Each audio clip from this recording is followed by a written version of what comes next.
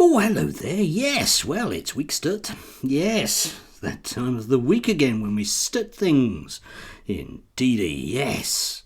Well, gosh, we had a treat yesterday, didn't we? No, not the trooping of the wreaths. No, it was two, yes, count them, two pieces written over the weekend by Zoe Strimpel for the Daily Telegraph. I know, she'd be breaking into a sweat whilst thinking about walking around Waitrose, won't she? Yes, indeed. The second of her pieces was on Sunday, whereby basically she was moaning and moaning and moaning about people, moaning and moaning and moaning, and suggesting that people should just suck it up because, after all, that's the way the world is, and you don't want to moan about what other people decide, especially in a democracy. However, I would, perhaps being the git that I am, point out that her piece on Saturday was completely the opposite, because she managed to rewrite the recent American election. You may recall there was one last week. I did like this. Appeasing anti-Zionist bigots, that's what cost Kamala the election. Yes, the problem with Harris was that her sense of centre was blown gruesomely off course by a rabid, obsessed block of anti-Israel progressives. Yes, now, I think most of you can guess what I might be saying about that. But before we actually do get to hear me saying the thing that you think I'm going to say, let's just see what she actually sort of wrote there. Okay, American history has just been turned on its head because of the Jews. Trying and ultimately failing to appease the Muslim and progressive voices, in inverted commas, who demanded an abandoned, traduced and fatally vulnerable Israel, led Kamala Harris to shun the popular Jewish and pro-Israel governor of Pennsylvania, Josh Shapiro. Yes, it's another Shapiro that you undoubtedly are going to want to listen to, apparently. Yes, except, of course, Zoe, that Trump did a clean swing of all of those states that she needed to win. So, yes, let's just imagine some fantasy world whereby magically, because of the Jewish or Jewish sympathy vote, or whichever way you want to put it, that she won Pennsylvania. Wouldn't have been enough for the election.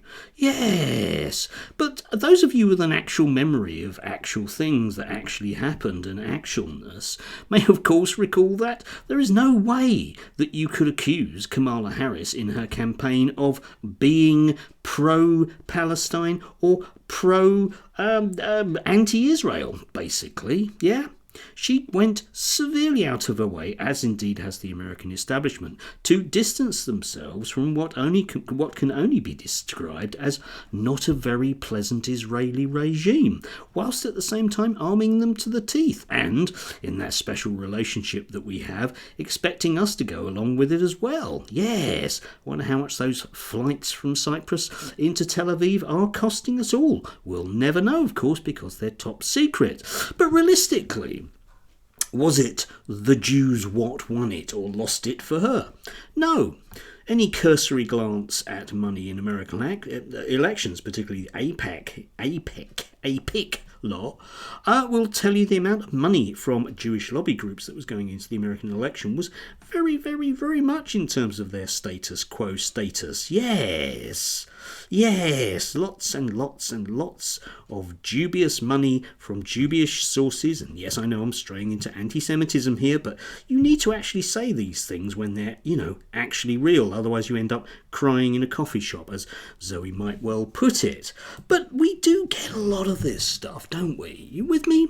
In terms of the stuff that's pumped out by the media. Over the weekend there was a bit of a hoo-ha in and around Sky News, who appeared to report things that were happening in Amsterdam and then stopped reporting them because people got a bit upset with it. And the people that got a bit upset with it are the type of people that are a bit like Zoe, really, who get very upset with the idea that you report things that they don't like. So if a bunch of football fans get viciously attacked in a foreign city, then it of course makes us think of all those events from 80 years ago. We have to think about history, in particular with certain groups of people. And yet at the same time we have to not think about history with certain groups of people if we mention the word reparations or something else. You may also recall a lot of the right-wing press come Friday and indeed quite a bit of Saturday were suggesting that there was going to be blood on the streets during the cenotaph off with the king and the I don't know, the other members of the royal family who may or may not have cancer. Yeah, there was going to be an awful disruption, and probably within 5 miles of where Zoe was shopping in Waitrose. It's no wonder that she gets very, very upset about that. Imagine all that enormous disruption that there wasn't anywhere whatsoever. But of course, that isn't the message, because the message has to be that people that are left-wing are anti-Semitic. So anything that is done by left-wingers in and around Palestine, Gaza and Israel has to be, by definition, anti-Semitic. We can't think outside of that particular box, and we're not going to allow you to do so either, okay? That nasty Mr. Jeremy Corbyn, wasn't he horrible? He really hated Jewish people. No other minorities, oddly enough, just them in particular. I can remember several years ago bumping into, having the joy of a friend of my then partner who was a Jewish woman who did earnestly tell me that Jeremy Corbyn was a Nazi, and he was incredibly against Jewish people and was an incredible racist. The odd thing was that with this woman, though, was that she was an incredible racist, and the things that she had to say about anybody that was basically a lot more Muslim than her were really incredibly racist. But I suppose that's allowed, isn't it? Because after all, whatever we do in this country, we must have hierarchies of racism, whereby certain minorities are very good minorities and other minorities aren't very good minorities. And then we can have a long discussion about how that simply isn't racist, treating different groups of people differently. Or am I missing something? No, I'm not, of course, but that won't stop them going on about it. Yes. Ooh. Anyway, do have a beautiful Monday. Gosh, isn't it autumnal?